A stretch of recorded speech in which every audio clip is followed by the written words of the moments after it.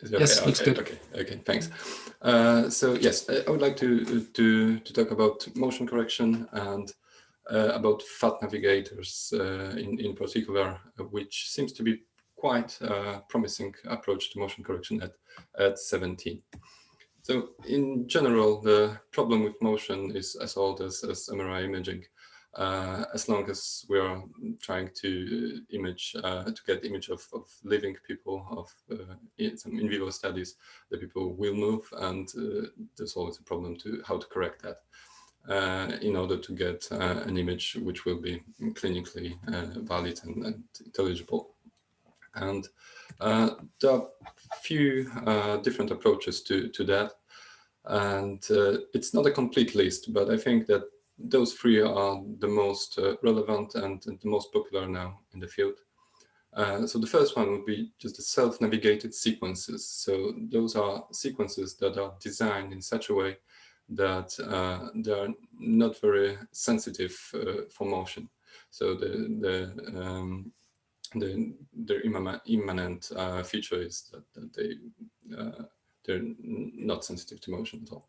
The second category would be all the external motion tracking systems, including infrared or optical cameras with some tracking markers attached to the patient body, which are tracked by the camera. And last but not least would be additional navigators, which can be embedded in the sequence. And this is the case of the FatNavs.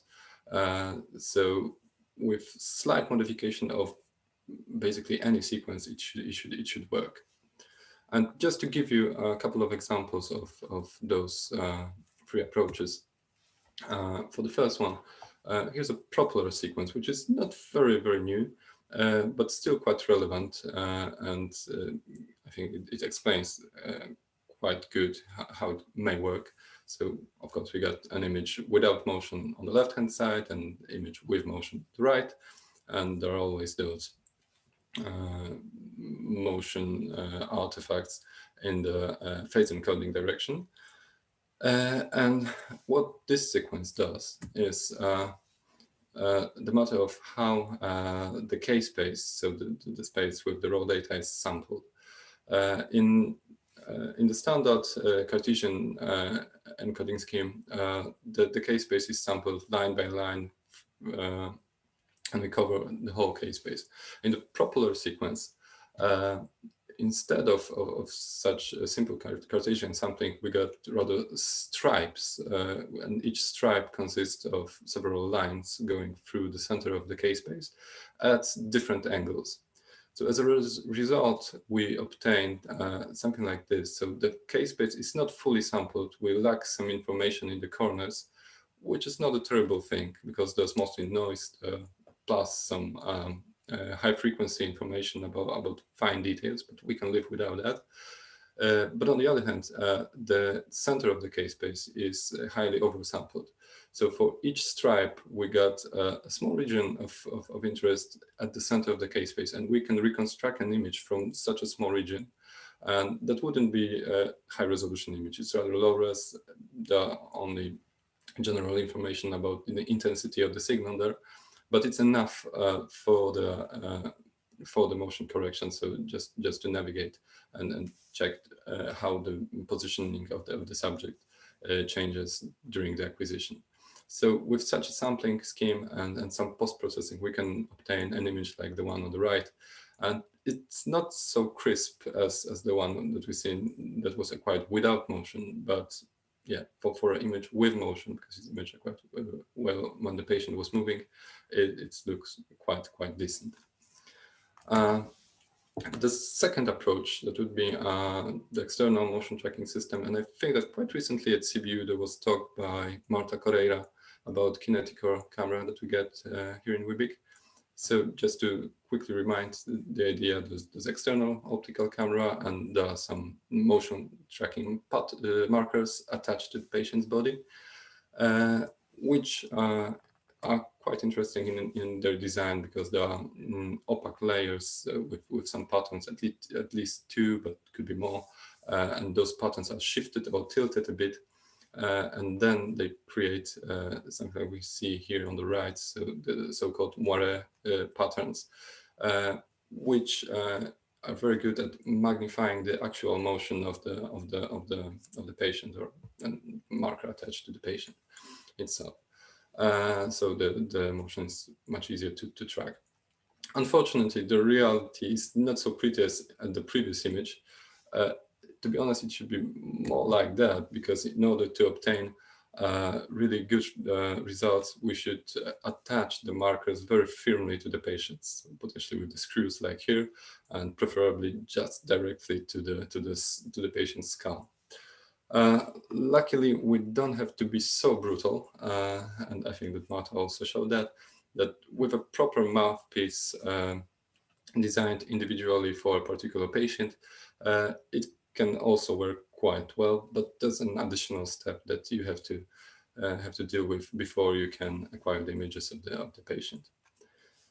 And last but not least, the fat navigators. So in principle, it's quite a neat feature of the FatNav if you compare the excitation of non-selective excitation with fat selective excitation, and how it behaves when the acceleration factor increase. So at the top row, there's non-selective excitation, and for higher acceleration factors, the image is completely unintelligible. However, for the fat excitation, even when the images are acquired with high acceleration factors very quickly, the images are still quite okay. And it means that we can acquire those fat navigators very, very quickly.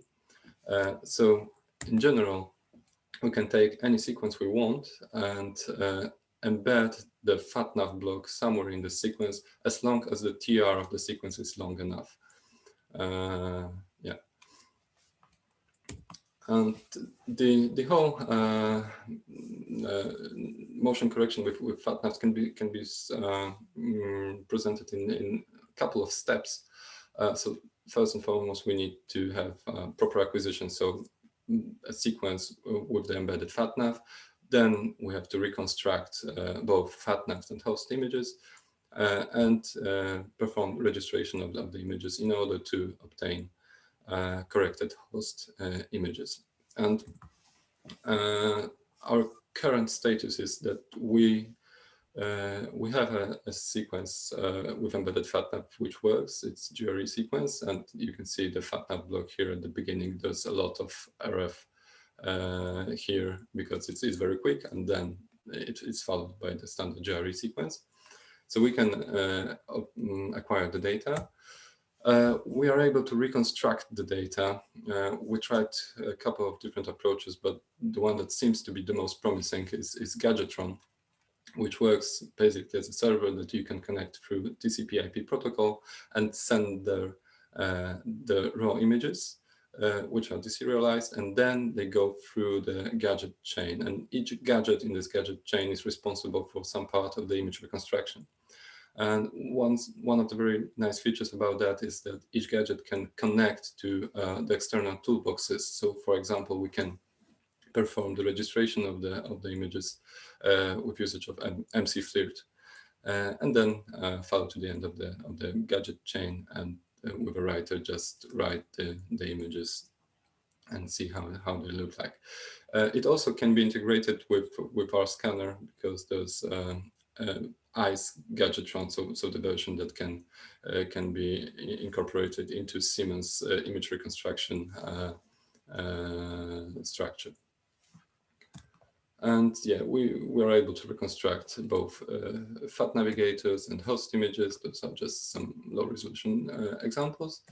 So in general, we can say that we got all the blocks that we need, and each of the block works well. And now all we have to do is just combine them together in order to get something more exciting.